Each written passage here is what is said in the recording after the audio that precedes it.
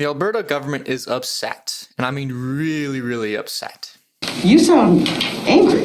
Why are you emotional about this? I'm pissed. I'm absolutely angry because we've been working. But what is Premier Danielle Smith, the woman in charge of the Alberta government, mad about? Well, that clip was pulled from a news conference back in November 2024 that was a response, or Alberta's response, to the new proposed emissions cap for Canada's, but let's be honest, Alberta's oil and gas industry. What even is an emissions cap? And why is the Liberal government, at the time under Justin Trudeau, but now under Mark Carney, the new minted Canadian Prime Minister, trying to implement an emissions cap? And most importantly, why does Alberta absolutely hate it? Well, to answer these questions, we have to explore what these two governments are trying to achieve and how their respective goals, at least at the surface, seem to contradict one another. But when you take a little bit of a deeper dive and look behind the curtains, I argue that these governments may actually have more in common than either the headlines or they are willing to admit. Although this video is technically about the proposed emissions cap, I am going to expand it into a larger conversation just because there is a moderate chance that this bill doesn't actually come into law, specifically because of some constitutional issues, but also because Canada, of course, now has a new Prime Minister, and he may take the Liberal Party in a completely new direction. So to ensure that this video doesn't become redundant in like a month's time, I'm going to expand it into the general rift that is occurring between Canada and Alberta and how climate change and our efforts to fight climate change are very much underpinning that rift. But before we start, my name is Matthew. One of these papers was actually gotten from a Albertan university, and you're watching Carbon Anonymous.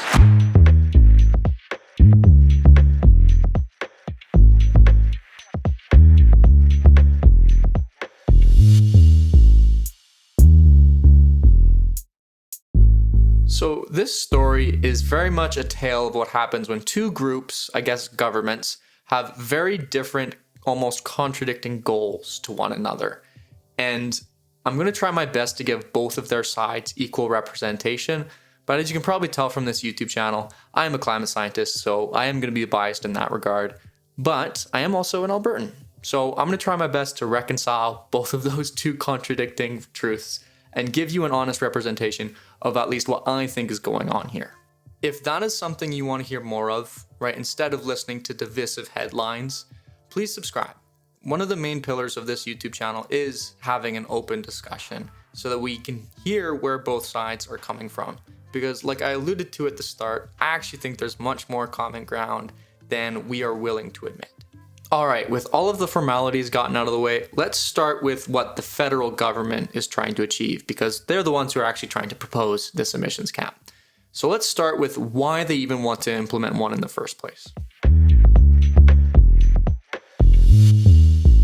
Well, first things first, climate change is real, and it is a very big problem.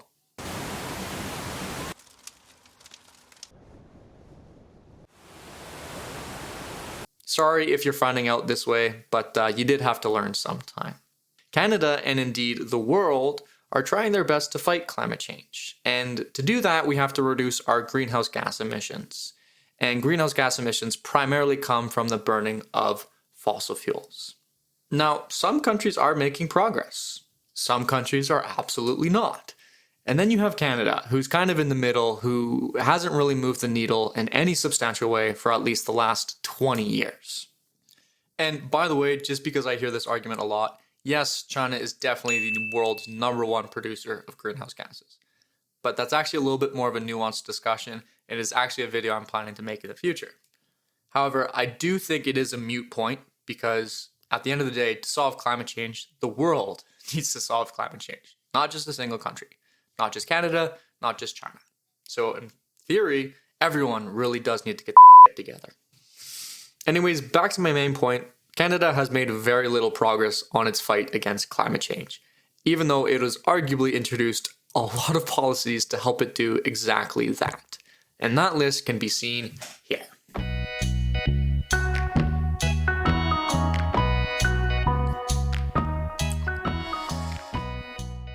So why has Canada, even though they've introduced so many policies to fight climate change, not see their emissions change whatsoever, while countries like the US, who recently stated, "We will drill, baby, drill," have actually seen their emissions drop.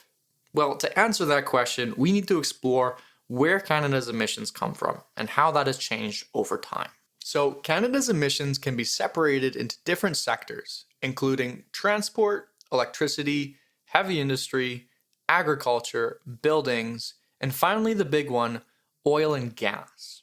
And just to clarify what I mean by oil and gas, I'm referring to specifically the production of oil and not the whole, burning it part, which is also a huge source of emissions. What I'm referring to with the oil and gas sector is the emissions created from the exploration, or the drilling, or the refining, or what we simply call in the sustainability business, upstream emissions. So to fight climate change, we need to see all of these lines trend downwards, of which electricity definitely has, peaking in 2001 and seeing like a 62% drop, which is great to see. This is largely thanks to Canada's world-class clean electrical grid that now runs off of something like 80% carbon-free energy. But, as you can see, this has been offset by growth in Canada's oil and gas industry, which now accounts for 30% of all of Canada's emissions. This growth, by the way, is very much caused by the infamous oil sands, which, as you can see from this picture, isn't necessarily the cleanest source of oil in the world, but I will get to that a little bit later. Now, with this emissions split established, I hope it's starting to make sense as to why the Canadian federal government wants a mechanism to handle these emissions. Because even if we do succeed in other areas, growth in the oil and gas industry's emissions is going to very much counteract that. So enter the proposed emissions cap. Alright, so we've made it to the whole controversy of this video, which is the proposed emissions cap for Canada's and indeed Alberta's oil and gas industry. And in short, an emissions cap is exactly what it sounds like, which is a cap on emissions. But more specifically, it requires that the oil and gas industry reduce their emissions by about 30% by 2031 or 2032, with a little bit of wiggle room. So to summarize where the federal government is coming from, they are very much trying to help fight climate change. And their ability to do that is increasingly dependent on the state of the oil and gas industry within Canada. And if we take the emissions cap as face value, right, that's how they want to address those emissions. But this is where the controversy comes, because reducing emissions is very easily said and it's very easily mandated, but it's much more difficult to actually do, which is where Alberta's position comes in, because they argue that this isn't an emissions reduction cap. They call this a production cap because they argue that the only way to achieve those emissions reductions is to just pull back on the amount of oil that they produce. But let's add some context as to why limiting production in Alberta is such a huge red flag for them. Now, a reduction in oil and gas production, or even just the cost of oil, is almost always a bad thing for Alberta, and we have two very recent examples to point to show that reality. In 2014, there was the oil glut, and in 2019, there was, of course, the COVID pandemic. And in both of these instances, the price of oil dropped significantly and resulted in some pretty big job losses in the Alberta oil industry. These are, of course, terrible, but is one of the realities of being an oil and gas economy. While you do have the benefit of raking in tons of cash, and let's not get it twisted, right? Alberta is one of the richest provinces in Canada, largely because of oil, but it comes with the caveat that you are now subject to the boom and busts of the oil and gas industry, where you can make tons of money one year and lose it all in the next year. But oil and gas isn't just important for the Albertan economy, it's also a huge source of tax revenue for the Albertan government. In 2024, the oil sands paid nearly like $15 billion in royalties, and this has very much helped Alberta have one of the lowest tax rates in all of Canada. But it's also created this problem where the Albertan government, its tax income is now dependent on the price of oil. So let's do a quick thought experiment to figure out how this is a problem. Let's say that the world's most powerful man is creating so much economic chaos that the possibility of a recession becomes a real issue. And if a recession occurs, the demand for oil would be less, which means the price of oil would also be less. Again, completely hypothetical, that would impact Alberta very negatively and may actually force the Albertan government to run a deficit because there's no more tax revenue. Although, again, would never happen because we live in such a stable world right now. So all of this is to say that Alberta's economic prosperity is tightly woven with the state of oil and gas within the province. And as you can probably imagine, if it's that dependent on a single industry, they'd be very defensive and very upright whenever any policy is introduced that could infect that industry. And although you'll hear Daniel Smith be very critical of Ottawa's perceived lack of support for the oil and gas industry, this has very much not stopped them from producing more crude oil than they ever have in their entire history. And like I said before, this new production has very much come from the infamous oil sands.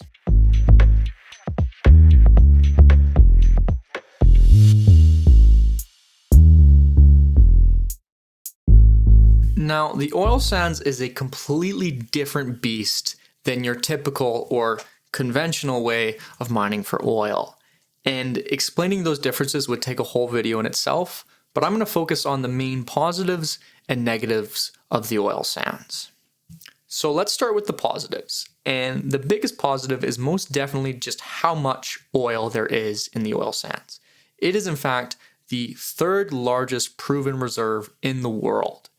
And it's got something like 166 billion barrels of proven reserves. And I usually try to put these numbers in context so it's easier to understand, but just take my word for it that it's a lot, like it's a load of oil. The second advantage of it is that it's Canadian, which is great because Canadians get the money and the revenue and the employment.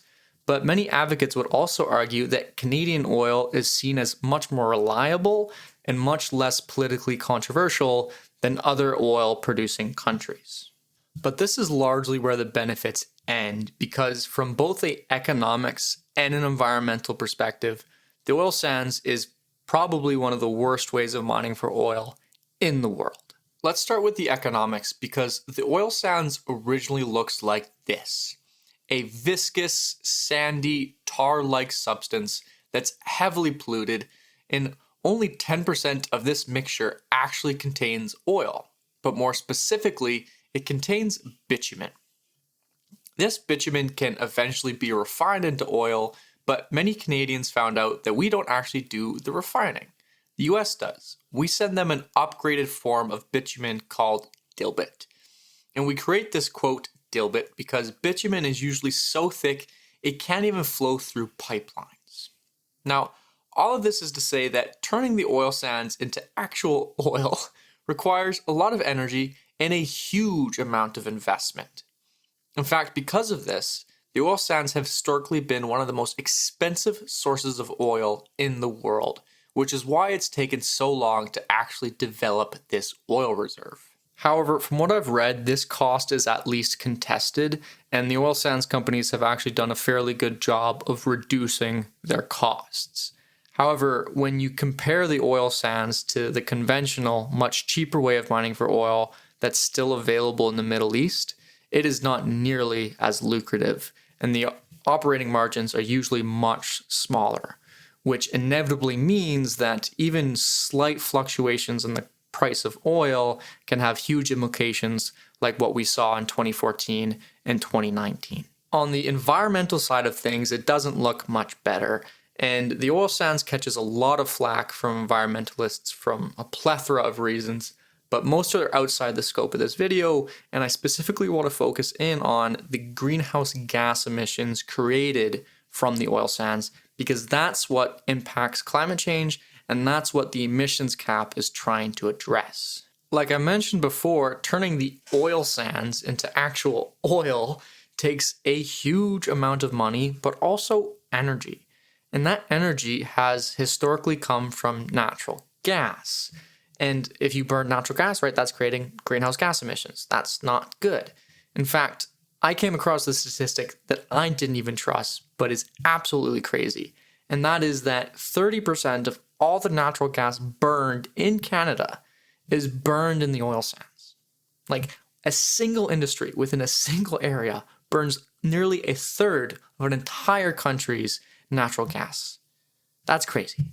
It's kind of like that old saying where, you got to spend money to make money, but instead it's you got to burn fossil fuels to make fossil fuels. So I know it probably feels like I'm dunking on the oil sands right now, but I think it's important to put this context out in the open because there's a lot of controversy and arguing as to what's going on here.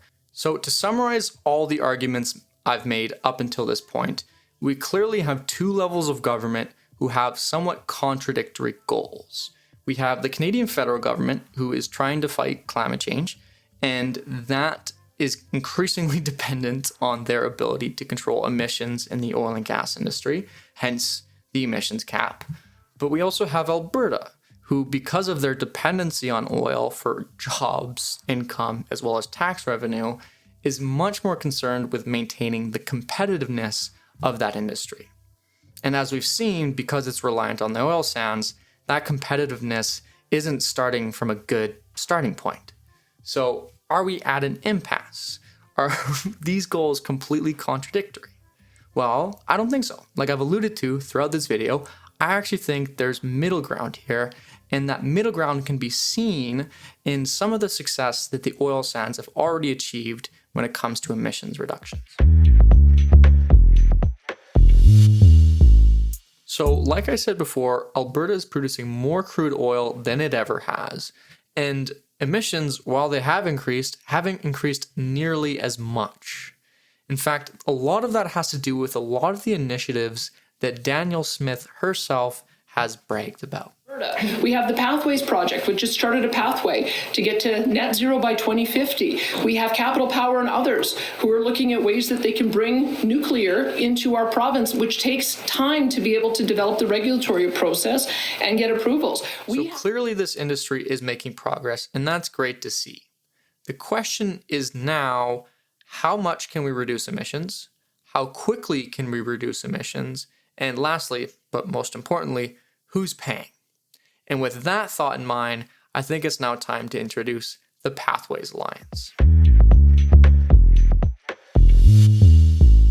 So the Pathways Alliance is a coalition of the top 6 oil sands producers in Alberta.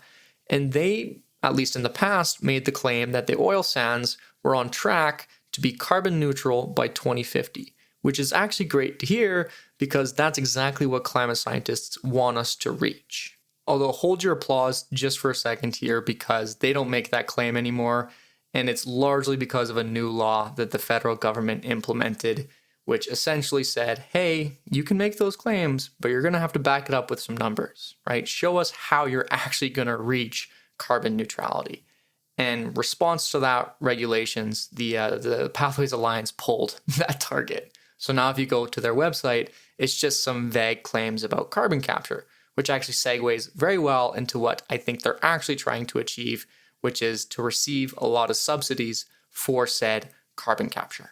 From what I understand, this subsidy would amount to around $10 billion to invest in carbon capture, which is a technology that instead of letting the emissions go into the atmosphere, captures it and pushes it underground, which is good because that's back in the ground where it's not causing climate change.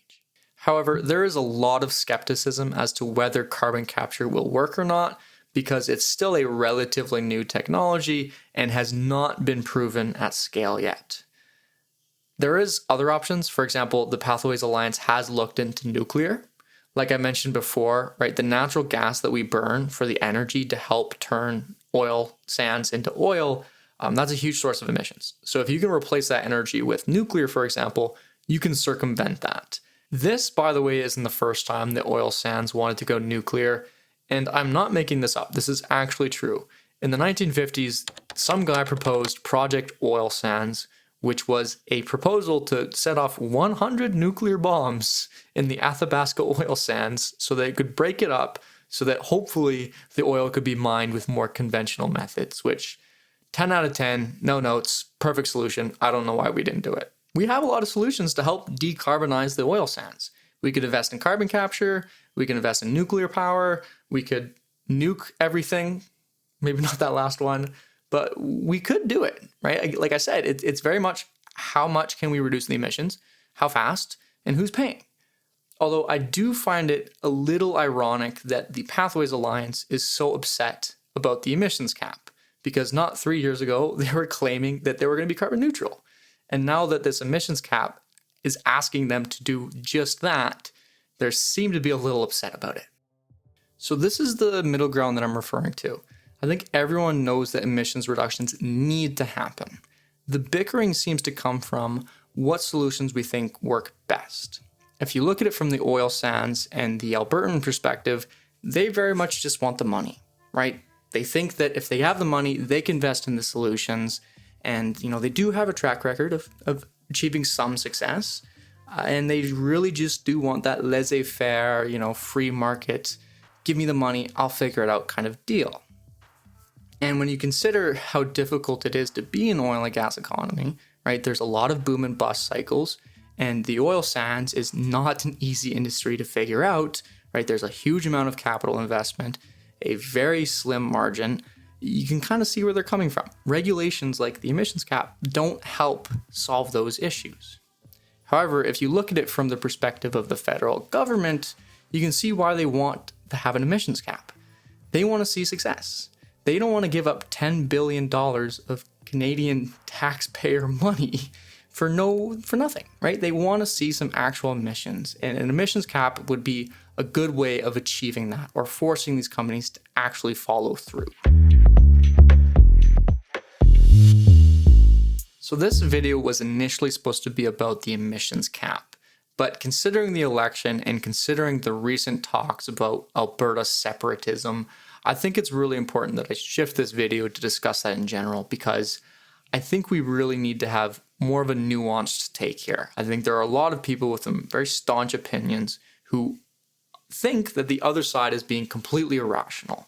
And I think that's bogus. I think most people are rational. You just kind of have to put yourselves in their shoes. And I hope that since we did that, we explored both sides very thoroughly, that you can kind of see where they're both coming from. And I think we can both rejoice that everyone agrees that emissions reductions need to happen. And I think it's really important that we promote the kind of discussions that we're having. Right? I want to bicker about what the best option for solving climate change is. I think that's a very good conversation to have. And it's those very conversations that I want to promote with this YouTube channel. So if that's something you want to see more of, definitely subscribe, as I'm trying to put out a video every 2 weeks of various different topics, all related to climate change. If you liked the video, please also give it a like. I'm very new to this, so I'm trying to get better, but one of the easiest ways for me to grow is to basically ask you for help. So do all the things, subscribe, like, comment. If I missed anything, I am totally open to hearing that. Like I said, I want discourse, so please put them in the comments below. Anyways, my name is Matthew. You've been watching Carbon Anonymous, and thank you for watching.